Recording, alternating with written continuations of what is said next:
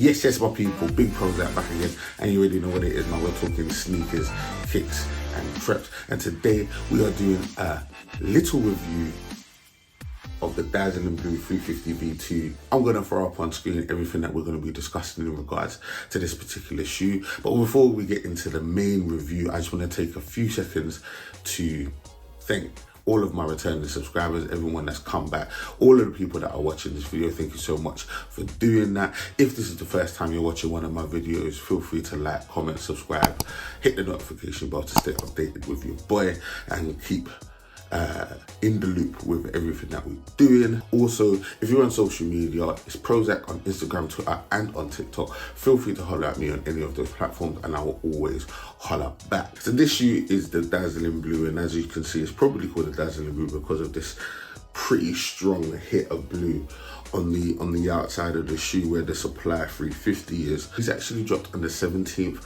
of March, and I actually copped them via JDX. So JD Sports have a program called JDX. Like you pay £10 and it's like you get faster delivery or something along those lines, but you also get access to some of their drops, and this actually dropped a little bit early. And funnily enough, on the ADIDAS website, it was actually up for £200, but I actually got mine for 180. So I don't know whether they threw in a little discount as well. I've been a member of JDX for probably a few months, and I've managed to cop some really cool kicks, including this one. So if you are a member of JDX, obviously I'm not sponsored or anything, but just, although I would love JD Sports to sponsor me, hit me up in the comments below and let me know how you're finding JDX. As I said, I managed to cop these for £180, but general retail was about £200. Price actually was increased, and I'm not 100% why that was. And it was only until I got them in the hand that I actually realized it.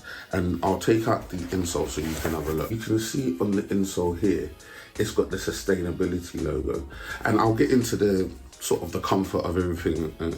I'm not gonna go too deep because it is a 350 V2 and there are a million reviews on 350 V2, but I will go into some detail on the differences between this 350 V2 and some of the ones that we've seen before. And this is a major one. We know in the last couple of years that Adidas has had a strong focus in the move towards sustainability, and I know that some sustainability materials have been used in the making of this particular shoe. Sometimes you have to pay a little bit of a premium to get those things, and I think as a member of the wider sneaker community, sometimes paying a little bit extra just to make sure that the shoes are sustainable and carbon footprints in the right place, and we're not damaging the planet as a result, it's probably a good thing. So yeah, £20 is not the worst thing in the world. Resale on this particular shoe is looking 230-ish, 230, I'm talking £230. So the shoe's selling at 200, you can get 230 if you can, or you could buy the shoe on the resale market at 230. So there's not a massive margin in there if you're trying to make money. In regards to comfort and styling, these are Yeezys. I'm the comfort king, so you came to the right place. Comfort, this is a very, very comfortable shoe. Prime knit upper, TPU sidewalls, exposed boost, full boost midsole. Essentially, like it's like walking on a cloud in my opinion. Regards to sizing, I would definitely say when it comes to Yeezys, you want to always go half a size up. So whatever your regular size is, just go half a size up from that, and I wouldn't say these are anything different. This particular shoe is very, very similar to those shoes that came out around 2016, the Oreo, the Copper, those sorts of shoes that came out where it had like a really, really strong single color line on a black background, which was different to, for example, the Breads, which just had the color, similar thread pattern, but just had the color on the actual letters themselves. Also different from some of the ones that we've been seeing more recently, where they've got the translucent monofilament stripe. I feel like the 350 V2 is the best shoe for treading that line between comfort and style. I feel like Yeezy smashed it in that regard. So Kanye, do your thing.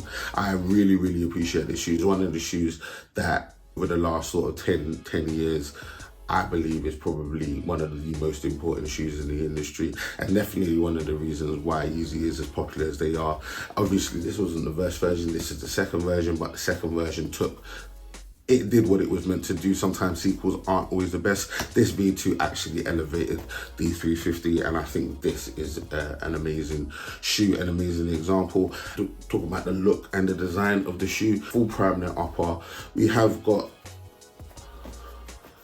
regular rope laces, so nothing crazy, just regular rope laces. No 3M hits on the actual laces themselves, so it's just pure black, which is cool because it's funny because on the utility black, and I'll compare these because I do have a few, like the utility blacks are actually grey. These are actually pure black, even though they're called Dazzling Blue. So if you are looking for a black pair, this is a real good find. On the sock liner, you've got some 3M right at the back with the 3 stripes. On the inside, I've already showed you, but you've got Yeezy and the sustainability logo on there.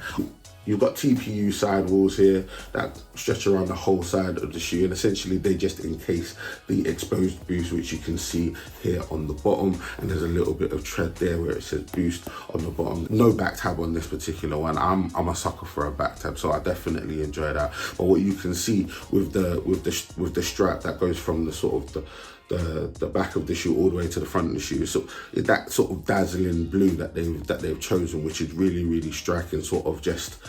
It just sort of like pixels out right as you get to the toe box, and it does the same when you get to the heel of the shoe as well. So you've got nothing going on in the inside shoe, just some light speckles of blue, which is really cool. So just light speckles of blue around here and around the back of the shoe. I like to do a segment called Cop That or Stop That, and Cop That basically means whether I'd like to cop the shoe, whether I'd like to keep the shoe, or Stop That, which means I like to get the shoe away from me. I ain't really feeling the shoe.